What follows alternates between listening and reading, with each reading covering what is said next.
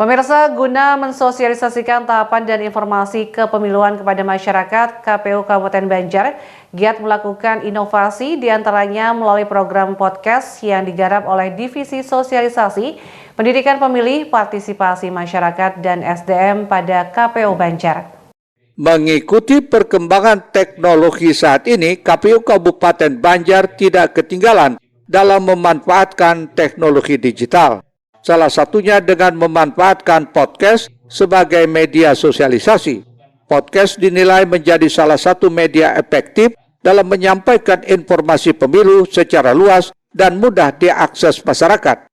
Kordip Sosialisasi Pendidikan Pemilih Partisipasi Masyarakat dan SDM KPU Banjar, Rusmilawati mengaku telah menayangkan 2 episode podcast terkait pemutakhiran data pemilih berkelanjutan. Sedangkan episode ketiga, KPU Banjar akan membahas tema perubahan daerah pemilihan atau dapil. Untuk pemutakhiran data pemilih berkelanjutan, kami Divisi Sosialisasi Pendidikan Pemilih sudah mensosialisasikan lewat podcast, di mana kami melakukan podcast sudah 2 episode.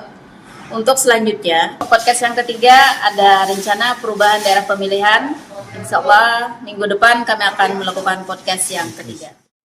Sementara itu, Ketua KPU Banjar Abdul Muthalib menyampaikan topik perubahan dapil menjadi penting untuk segera diketahui publik, terutama menjelang penyusunan dapil baru untuk pemilu 2029. Ia menyebutkan dasar perubahan dapil adalah ketidakseimbangan jumlah penduduk antar dapil pada pemilu sebelumnya. Diharapkannya dalam penyusunan dapil ke depan bisa lebih berkeadilan dan berkesinambungan agar semua daerah pemilihan memiliki proporsi yang setara supaya representasi masyarakat di DPRD benar-benar adil. Perubahan dapil ini sangat wajar. Kita mengacu pada pemilu 2024 kemarin, contohnya itu di dapil 4 itu dari data penduduk itu tidak seimbang dengan data penduduk di dapil lainnya. Di dapil 4 contohnya misalkan di dapil 1 dan 2 kemudian sampai seterusnya sampai 5 itu yang diperlukan untuk penjumlahan kursi itu satu kursi itu sekitar 12.000 sekian.